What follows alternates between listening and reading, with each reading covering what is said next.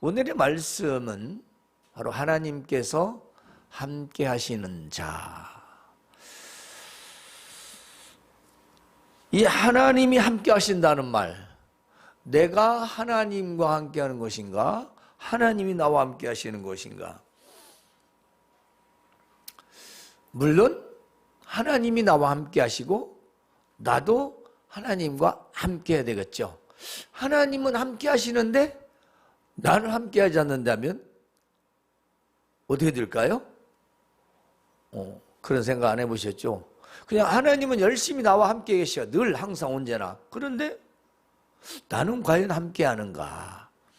이 함께하다의 뜻의 영어로는 with라고 나와 있습니다. with. 우리가 잘 알다시피요. 자, 동행한다는 뜻이 있고요. 함께 계신다는 뜻이 있고 또 같이 하신다라는 뜻이 있습니다. 그러니까 하나님이 함께 하시는 자, 하나님이 함께 동행하는 자, 하나님께서 같이 하시는 자, 누굴까요? 즉 하나님께서 옆에서 곁에서 함께 계시고 동행하신다라는 것입니다.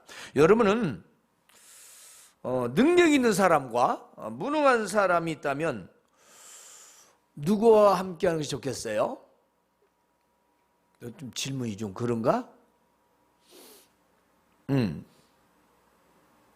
그런데 분명히 있습니다. 능력 있는 사람과 무능한 사람이 있는데 여러분이 만일 누구를 선택해서 함께 하라면 누구한테 가겠냐고요? 누구 함께 하겠냐고. 자, 또 있습니다. 우리가 만일 어느 직장에서 직장생활을 하는데 아주 좋은 인격과 아주 좋은 리더십을 겸한 그런 상사가 있고 하나는 아주 정말 무인격하고 좋지 않은 리더십을 소유한 그런 상사가 있다면 여러분 누구를 선택하시겠습니까? 그러면 자, 사람, 아주 훌륭한 사람, 똑똑한 사람, 지식이 풍부한 사람, 돈도 많은 사람, 그런 사람과 하나님과 누구를 선택할까요? 이 세상에서 돈도 많고 지식도 풍부하고 아주 훌륭하고 그런 사람인데 그 사람을 만든 하나님과 그 사람과 여러분 누구를 선택하시겠습니까?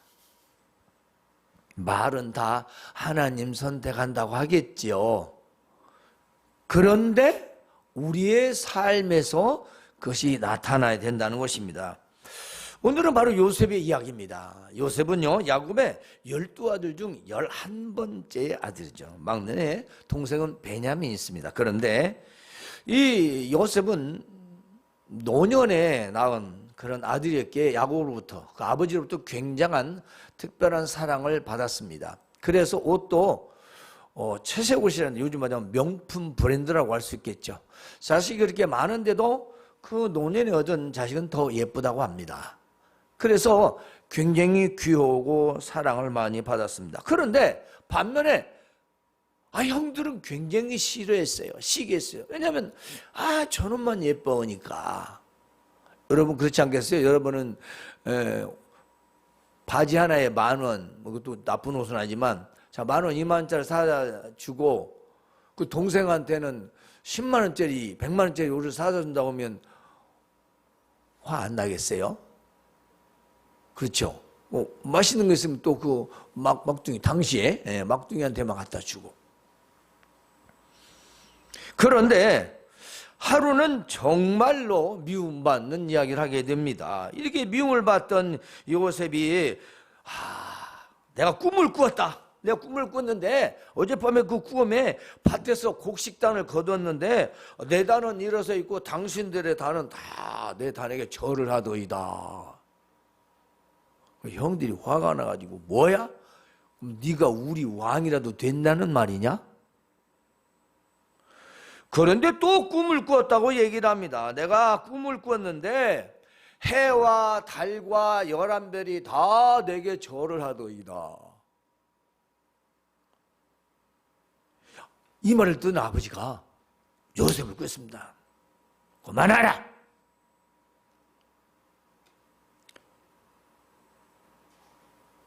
그런데 이렇게 혼내긴 했지만 그 아버지 야곱은 마음에 간직했더라. 아, 이놈이 예산 놈이 아니구만. 이건 분명히 뭔가 될 놈이다. 말하자면 그렇겠죠. 그 꿈을 반복해서 동일한 의미를 가진 꿈을 꾸었다는 건 구약시대는 계시로 보았습니다. 하나의 예언적인 꿈으로 봤죠. 뭐 우리가 일상생활에서도 같은 꿈을 반복해서 꾼다면 그냥 넘어가진 않죠. 뭔가 생각을 한번 해보는 그런 것이 되는데, 구약시대는 꿈은 계시에 가까웠어요. 즉 예언에 가까웠던 것입니다. 때문에 야곱은 아하, 이놈은 장차 뭔가 분명히 될 놈이구나 라고 생각했다는 것입니다. 자, 그리고 그 이후에 형들이 멀리 양을 치러 갔어요. 목동들이니까. 그러니까 이제 아버지가 너 형들이 멀리 갔는데 좀 먹을 것 좀 갖다 주거라 하고 심부름을 보냈습니다. 거기를 가는데 형들이 멀리서 보고 저놈 성경은 꿈꾸는 자, 저 아주 얄미운 놈 저놈 오네. 저놈 오늘 어떻게 해볼까. 그래 형들이 이거 다 오늘 왔으니 그냥 없애버리자. 얼마나 미우면 없애버리자고 그랬겠어요. 그 도착했습니다. 이 형들이 그러니까 큰 형이 있다가 루벤이 우리 피 줄이고 형제한테 어째 죽였냐 그러지 말고 저 구덩이다 집어넣어놓자. 그래서 짐승 잡는 구덩이에다가 채색 옷 그 좋은 옷은 벗기고 구덩이에 던져놨어요. 그리고 자기들은 그 싸운 음식을 맛있게 먹고 있었습니다. 그런데 마침 미디안 상인, 즉 애굽으로 가는 상인들이 그곳을 지나가게 되었고, 그때 말하죠. 우리 죽이지 말고 차라리 팔아버리자 해서 그 요셉을 은 30에 받고 팔아버립니다. 참 이게 형들이 왜 그랬을까 하는데요, 오늘날도요 친형제간도 또 그들은 또 이보경제관의 관계가 있기 때문에 여러모로 그들은 동생이 미웠던 것입니다. 자, 그리고는 이제 어디겠습니까? 집에 가서는 채색 옷에다가 양을 피를 묻혀서 아버지 야곱한테 얘기합니다. 아마도 요셉이 짐승에게 잡혀먹은 것 같습니다. 이거 보십시오. 피가 이렇게 묻었지 않습니까? 이게 거짓말을 했지요. 이제 요셉이 팔려간 곳은 어디냐면 바로 우리가 알다시피 애굽의 보디발 장군의 집이었습니다. 그런데요, 하나님께서 요셉과 함께 하시니 요셉은 모든 일이 범사에 형통하였더라 했습니다. 자, 하나님이 함께 하시니 요셉은 어디를 가든지 형통하게 되었더라. 그런데 왜 팔려갔죠? 말이 안 맞는 것 같으죠? 자, 그런데 그곳에 가서도 그 주인에게 은혜를 입어 좋게 보여 아마 성실하게 열심히 했던 것 같아요. 그러니까 가정 총무로 직책을 주었습니다. 집안의 모든 일을 다 관리하고 재물도 다 관리하는 엄청난 직책이죠. 노예가 말입니다. 그런데 얼마 후에 바로 오늘 말씀이죠. 보디발 아내가 유혹을 하는 거예요. 네? 뭐라고 합니까? 나랑 동침하자 그랬습니다. 사실 당시 요셉의 나이가 17세 정도입니다. 17세. 네. 근데 성경에 보면 아주 미모가 아주 아름다웠더라. 아주 잘생겼다라는 것이죠. 혈기왕성하죠. 잘생겼죠. 아마 굉장히 이 보디발 아내가 좀 음탕기가 있었던 것 같아요. 그러니까 자기 노예를 지금 자기가 취하려고 하는 거죠. 이렇게 자꾸 동침하자고 하니까 딱 이렇게 말합니다. 이 집에는 나보다 큰 이가 없고 주인이 아무것도 금한 것이 없지만 당신 하나는 금하였다. 그런데 왜냐? 당신은 그의 아내이기 때문이다. 중요한 것은 뭐냐? 내가 어찌 이 큰 악을 행하여 하나님 앞에 죄를 지을 수 있느냐? 결론은 뭐예요? 하나님 앞에서 죄를 지을 수 없다. 당신이 나한테 요구하는 그것을 당신에게 주인에게도 죄가 되지만 나는 하나님 앞에서 보이지 않는 하나님 앞에서 죄를 지을 수가 없다. 참, 하나님이 함께 하시면 하나님만 함께 하시는 게 아니라 그 사람도 하나님과 함께 한다는 걸 알 수 있어요. 요셉은 그냥 하나님이 함께 하신 게 아니에요. 그 일상생활에서 하나님과 함께 했기 때문에 하나님 함께 하심이 그에게 증거로만 나타나는 것 뿐입니다. 그래 이런 담대한 말을 하는 거죠. 내가 어떻게 이게 나쁜 짓을 악한 짓을 해서 내가 하나님 앞에서 하나님께 죄를 짓겠습니까? 당신 남편에게도 죄지만 하나님께도 죄다. 여기서 우리는 요셉의 믿음을 볼 수 있는데요, 만일 보디발 아내 유혹에 육체적인 쾌락과 자신의 유익과 이득을 생각하고 그 유혹에 넘어갔다면 어떻게 됐을까요? 10중 8구 없애버립니다. 왜냐? 노예는 사람이 아니에요. 죽여도 죽어도 아무 상관이 없어요. 자기 욕구 채우고 이제 다른 후원이 둘이 혹시라도 입을까 봐 어디 멀리 보내고 가서 없애버리라. 그러면은 누가 종이 한둘도 아니고 노예가 한둘도 아니고 얼마나 널렸는데 그러지 않겠습니까? 요셉은 여기에서 확실하고도 분명하게 이렇게 말한다. 하나님께 죄 지을 수 없다. 당신이 나를 얼마를 유혹하든 나는 그 유혹에 응할 수가 없다. 그것입니다.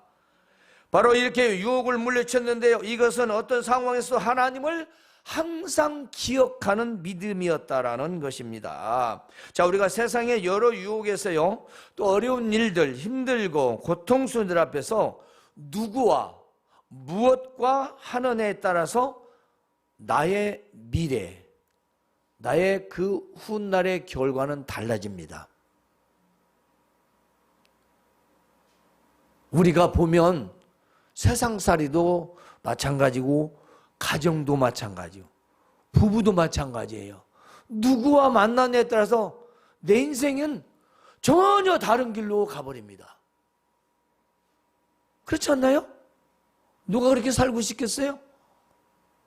누가 불행한 인생을 살고 싶겠습니까?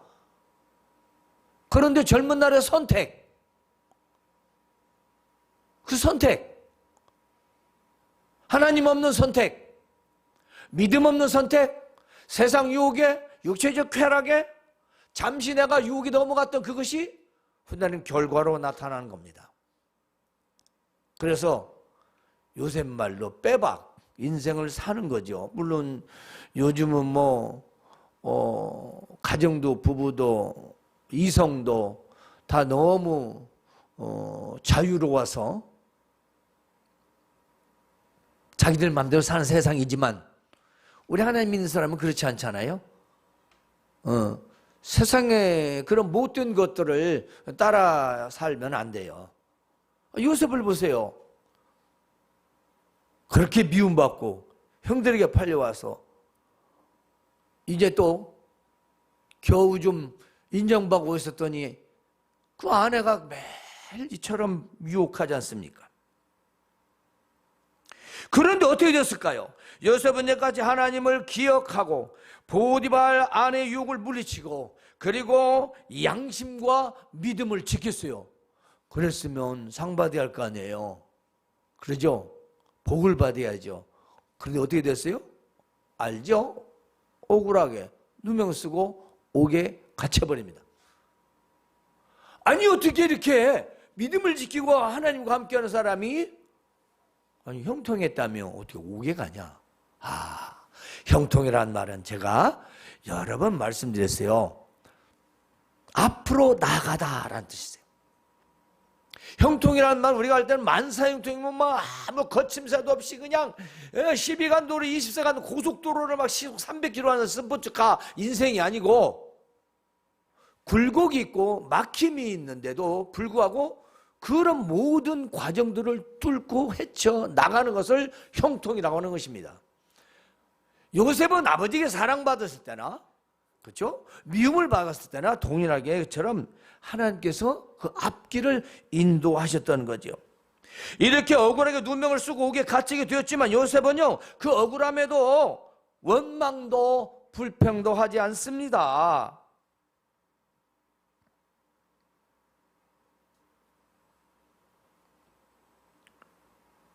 믿음을 지킨 결과가 감옥행. 참 현실에서 우리가 한번 생각해 볼 일이죠. 우리가 세상을 살아갈 때 열심히 믿음을 지키고 성실히 사는데 아이고 왜 이렇게 억울한 일을 당하고 누명을 쓰나. 그죠? 이런 불행한 일이 닥칠 수 있습니다. 그게 사업장이든 직장이든 어디 장수든 무엇이든 간에 다 있을 수 있는 일이에요. 그러나 불평이나 원망을 하지 마십시오. 왜냐? 하나님은 그 상황에서도 바로 여러분과 함께 계시기 때문입니다. 다시 하나님은 그러한 모든 모습을 다 바라보고 계신다는 것이지요. 자, 그래서 어떻게 됐습니까? 요셉은 죄수들을 관리하는 간수가 됐어요.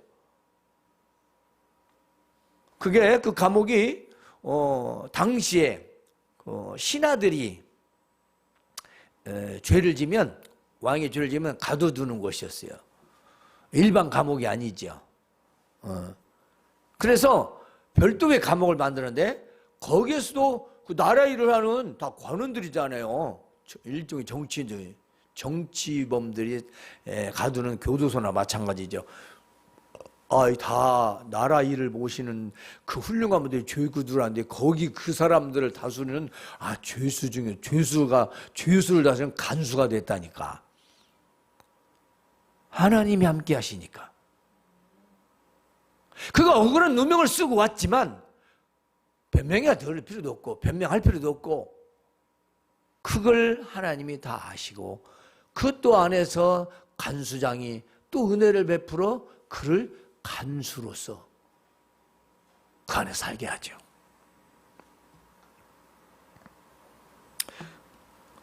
그런데 어느 날 떡 맡은 관원장과 술 맡은 관원장의 꿈을 해석하게 됩니다.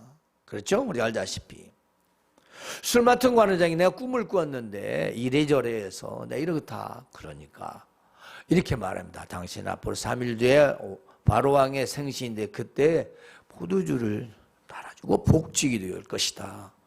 이 꿈을 듣던 그 떡 맡은 관원장이 자기 꿈을 얘기합니다. 떡광주리 떠올리는데 새가 다 쪼아 먹어버렸다.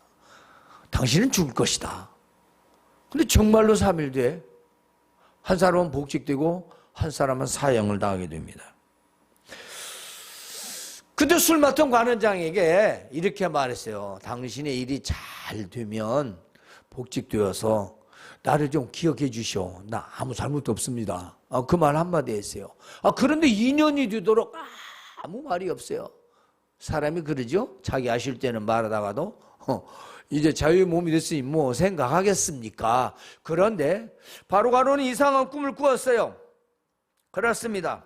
바로 살진 암소 7마리가 있는데 파리한 이 암소 7이 잡아먹고 있는 꿈을 꾼 것입니다.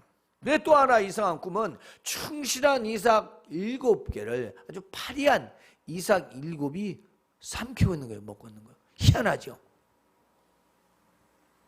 이 꿈 때문에 아주 고민을 하고 있었는데 술 맡은 관원장이 자신의 꿈을 해석해 준 요셉을 기억하게 되지요. 그리고 바로 바로왕 앞에 서게 됩니다. 그리고 말합니다.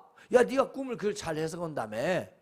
그래, 내가 이런 꿈을 꾸었는데 이 도대체 무슨 꿈이냐? 좀 해먹어달라. 그러니까 요셉이 또 이렇게 말합니다. 제가 꿈을 해석하는 것은 내가 아니요 하나님이 하시는 겁니다.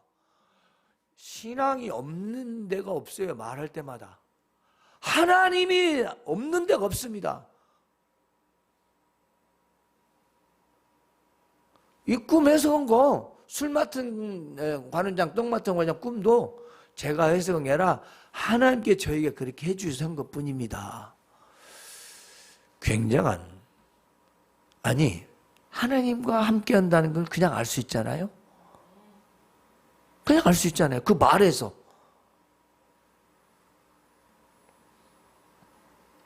이제 이렇게 해석합니다. 그 꿈은요, 풍년 7년, 흉년 7년입니다. 그러니까 이 풍년 7년에 많은 양식을 거둬들여서 곡식을 저장하시고 바로 7년 뒤에 있을 흉년을 대비하십시오. 그럼 많은 양식을 쌓아두어 대비해야 됩니다. 그러자 이처럼 지혜와 총명이 있는 자가 어디니까, 이처럼 하나님 앞에 감동된 자가 어디 있냐. 바로가, 믿지 않는 바로가 그렇게 말을 합니다. 이 사람은 하나님이 감동시킨 자다, 감동된 자다, 신의 감동된 자다, 보통 사람이 아니다. 그러니 어디 총리로 세우자. 그렇게 해서 애굽의 총리가 됩니다. 당시 나이가 몇 살입니까? 30세입니다. 17세에 팔려와서 13년 만에 하나님이 함께 하시니 애굽의 어마어마한 그 이집트 나라의 제서열 2인자가 되는 것입니다. 총리. 바로왕 다음에 바로 총리예요. 왜? 하나님이 함께 하시니까. 그러므로 하나님이 함께 하신 자는 몇 가지 특징이 있습니다. 첫 번째 뭐냐? 모든 일에서 항상 하나님을 기억한다는 것입니다. 그게 어떤 일이든, 나에게 유익이든 나에게 손해가 되든, 이게 돈을 버는 일이든 명예든 권세든 성공적이든 그 어떤 것이든 간에, 남녀이성 간의 연애든 결혼이든 어떤 것 다 하나님을 기억한다는 것입니다. 아버지 야곱에게 큰 사랑을 받아 형들에게 미움을 받았을 때도 그때도 하나님을 기억했습니다. 꿈 때문에 계속해서 미움을 받아도 형들에게 심부름을 보내어 그 형들에게 팔려가도 보디발 아내의 유혹에도 뿐만이 아닙니다. 억울한 누명으로 옥에 갇혔어도 술 맡은 관원장에 복직되어 2년 동안 잊고 있어도 바로의 꿈을 해석할 때도 애국의 총리가 되어서도 하나님을 기억했습니다.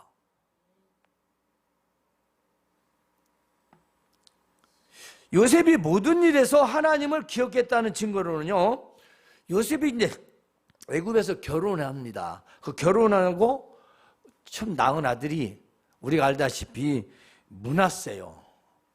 둘째는 에브라임이고, 근데 이 므낫세라는 이름 뜻이 뭔지 아십니까? 하나님이 내게 내 모든 고난과 내 아버지의 온 집 일을 잊어버리게 하셨다. 자, 무슨 말이냐면 하나님이 내가 겪었던 모든 고난, 그렇죠? 형들 미움받고 팔려오고 고생당했던 거, 집안의 일까지 그 모든 고통, 괴로움을 다 잊으시냐. 하나님을 기억하지 않아요. 지금 결혼해서 가정을 이뤄서 자식을 낳았습니다. 두 번째 또 낳았어요. 에브라임. 뭡니까?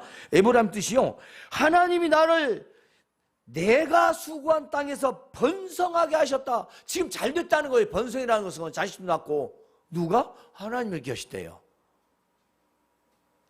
참 훌륭한 인물이 많이 있지만 뭐 다윗도 있고 뭐 아브람도 있고 이삭도 있고 여러 유인들이 많이 있지만 이 요셉 참 청년인데 우리가 참 본받을 만한 너무도 신앙의 모델이 아닌가 싶습니다. 그래서 모든 일에서 항상 하나님을 기억한다 이거예요. 하나님이 함께 하시는 자는 세상에 어떤 일도 모든 일 항상 하나님을 기억한다. 두 번째로는요, 죄와 음란 유혹을 단호하게 거절한다는 것입니다. 모든 음란과 간음과 불법과 불의와 악한 일들을 단호하게, 단호박이라고 요즘에, 요즘 글도만 단호박이라고 딱 자르는 겁니다. 뭐 치즈 잡아당기듯이 지르게 잡아당기는 게 아니고 딱 자르는 겁니다. 나쁜 건 딱 자르는 거예요. 두 번 자른 거 아니에요. 한 번에 잘라버려야 돼요. 죄도 한 번에 잘라야 돼요. 라면 국물이 맛있잖아요. 맛있죠. 근데 뭐 나트륨이 많아서 뭐 국물을 다 먹으면 안 좋네 어찌네 합니다. 그리고 이제 컵라면을 끓여서 그럼 오늘 건더기만 먹어야지. 먹고 딱 먹다가 그래도 국물 한 모금은 먹어봐야 돼. 한 모금 딱 먹잖아. 안 먹어야 되는데 내가 직접 실험해봤어요. 정말 2숟갈 정도만 나게 다 먹고 앉았더라고 내가. 왜 그럴까요? 단번에 안 된다는 얘기입니다. 어떻게 했냐? 이렇게 말하더라고요. 미련 없이 건더기 다 부숴야 한대. 쳐다보면 그걸 반드시 한 모금을 먹는데 먹고 죽는 것도 아닌데 예를 들어 말하는 거예요. 우리가 뭔가 불법적이고 불의하고 음란하고 간음적인 모든 것들은 단호하게 잘라야 된다는 것입니다. 자, 요셉이 보디발의 그 음란한 유혹에서 하나님께 죄를 지을 수 없다는 것입니다. 중요한 건 하나님을 기억하는 겁니다. 내가 뭔가 음란한 생각과 세상의 불의한 것과 불법들과 나쁜 생각들, 악한 것들이 죄악들이 떠오르면 하나님을 기억한다는 것이죠. 하나님, 하나님 나와 함께 하시지. 잘리는 거죠. 인터넷 가서 막 클릭 나가다고 딱 잘려져. 아니지 이건 내가 봐서는 안 되는 거지. 우리가 세상에서 어떤 죄의 유혹이 있을 때 하나님을 기억해 물리칠 수 있다는 것입니다. 날마다 요셉을 유혹하지만 동침은커녕 함께 있지도 않았대요. 여기서 중요한 게 커녕과 있지도 가요. 커녕 있지도 아예 눈앞에 안 됐다는 겁니다. 있지도 않았대요. 이게 무슨 말이겠어요? 오늘 우리가 살아갈 때 죄가 될 만한 나쁜 일, 악한 일들은 아예 근접을 한다는 것입니다. 아예 생각을 안 한다는 거죠. 생각조차 안 해야 되는 겁니다. 그 전에 악은 모양이라도 버리라고 했잖아요. 바울사도는. 악한 것은 모양도 버리라. 더러운 건 입 밖에도 내지 마라.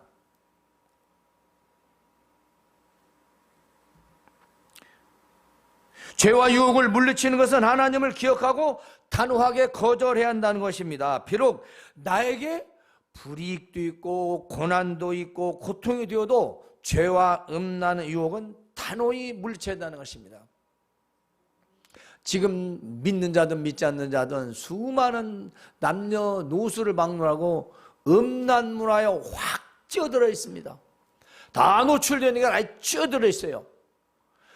돈만 있고 돈 없어도 전화기만 있으면 온갖 것을 다 정신적으로 죄를 지을 수밖에 없는, 육체적으로도 죄가 이어지는, 그야말로 죄가 아닌 노아시대, 소돔과 고모라 같은 시대라고 말해도 전혀 틀리지 않습니다. 너무나요. 아주 일상화됐어요. 모든 유튜브에도 성적이고 부분적이고 아주 그냥 옛날에는 입에도 내놓지 못할 일들이 아주 널려. 저보다 여러분 더 잘 알겠죠? 뭘 배웠어요? 다 거짓 정보입니다. 그냥 99%는 거짓 정보니까 신경 쓰지 마세요. 맞는 게 증명을 하려면 쉽지 않아요. 그런데 현혹되어 죄를 지어서는 안 되겠습니다. 세 번째요. 범사의 형통의 삶을 산다. 자, 모든 일에서 하나님을 기억하고 그 죄와 음란의 유혹을 거절하면 범사에 형통하는 삶을 살게 한다는 것입니다. 자, 형통이라는 잘되고 좋은 결과를 말하는 것인데, 그죠? 우리가 알기로는 그러죠. 형통이라는 건 이 말씀에서 원의 의미는 그렇지 좀 다른 의미가 있다. 그걸 결론은 그거지만은 그것은 이 찰라흐라는 히브리어인데 이 찰라흐라는 말은 아까 했지만 앞으로 나가다. 뭐가? 그렇죠. 장애물이 있어도 앞길이 막혀 있어도 그 어떤 것도 뚫고 나가는 것을 말합니다. 바로 이 뚫고 나가는 의미인데 하나님께서 함께 하시면 나의 삶에서 막히고 힘들고 어렵고 하는 모든 일들을 그 가운데서 뚫고 나갈 수 있는 지혜와 명철을 주셔서 그것을 뚫고 헤쳐 나가도록 하신다는 것입니다.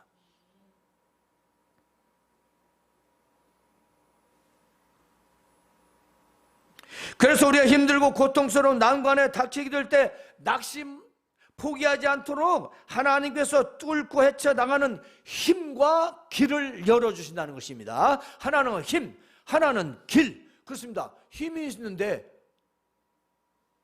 못 들으면 어떻게 하겠어요? 길을 열어주셔야죠. 요즘은 기회가 너무 좋아서 터널 공사도 이 바위가 아무리 있어도 큰 하나를 통째로 뚫고 들어가잖아요. 기계가요. 한 번에 뚫고 가요. 한 번에 뚫고 나가면 그 뒤에서 포장까지 쫙 한번 나갑니다. 기계가. 처음 듣는 얘기가 돼요?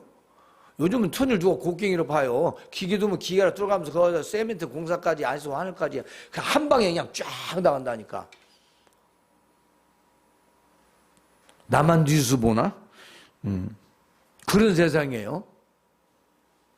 초속 1200km 달 수 있는 하이퍼루퍼. 요새 새만금에다 설치해놨지 뉴스 나오잖아요. 초속 시속 1200km. 어마어마하죠. 자, 그런 것도 형통이라고 볼 수 있는 만큼 빠른 거죠. 그러나 막힘이 없는 걸 형통이라고 합니다. 그러나 우리는 인생에서 우리의 장벽이 생기고 장애물이 생기고 뭔가 막히고 풀리지 않고 되지 않는 그 일들을 낙심하거나 포기하지 않도록 하나님께서는 힘과 그 길을 인도해 주시는데 바로 그것이 지혜와 총명 명철이라는 것입니다. 이것은 하나님의 감동으로 주시는 것입니다. 하나님의 은혜로 주시는 거예요. 때문에 우리 인생의 범사가 형통의 삶을 살 수밖에 없어요. 어떻게 한 인생을 100년을 살아가는데 날마다 좋은 일만 있겠어요? 그렇죠? 없잖아요. 그래서 형통을 회생하는 만사형통이 아니에요. 만사형통이 어디가 있어요? 말이 만사형통이지. 그 형통이란 단어는 힘들고 모든 일들을 견디며 나아가고 헤쳐나가는데 바르게 뚫고 나가는 걸 말하죠. 만약에 동쪽으로 가는데 서쪽으로 뚫어버리면 어떻게 되겠어요? 인생이 불행해지죠. 난 동쪽으로 하려고 했는데 가다 보니 서쪽으로 가버리는 거예요. 왜요? 하나님 함께 하심을 본인이 알지 못할 뿐더러 하나님과 함께 하지 않기 때문입니다. 하나님과 함께 해야죠. 하나님 나와 함께 하신다는데 나는 함께 하지 않으면 어떻게 되겠어요? 그렇죠. 자기 스타일로 가는 거죠. 그래서 자기 터널을 열심히 뚫는 겁니다. 알 수 없는 미래의 터널. 나중에 늦죠? 이제 우리 하나님의 말씀을 통해서 기억해야 할 세 가지로 말씀을 맺겠습니다. 하나님이 함께 하시는 사람은 모든 일에서 항상 하나님을 기억한다. 잊지 마세요. 항상 하나님을 기억한다. 모든 일에서 무엇이든지 그것이 어떤 것이든지. 두 번째는 세상에 살 때 죄와 유혹을 단호하게 거절한다. 물리친다. 두 가지입니다. 마음에 새기세요. 하나님을 항상 기억하는 겁니다. 죄와 이 유혹을 물리치는 거예요. 죄와 이 음란의 이것을 단호하게 깔짝깔짝 클릭하지 말고 완전 삭제. 단호하게. 그러면 어때요? 범사형. 모든 일에 형통한 삶을 살 수 있다는 것입니다. 사랑하는 성도 여러분, 항상 모든 일에서 하나님을 기억하고 세상의 죄와 음란의 유혹을 단호하게 거절하여 하나님께서 함께 하시는 은혜로서 범사에 형통한 삶을 살아가시는 여러분 되시기를 주님의 이름으로 축원합니다.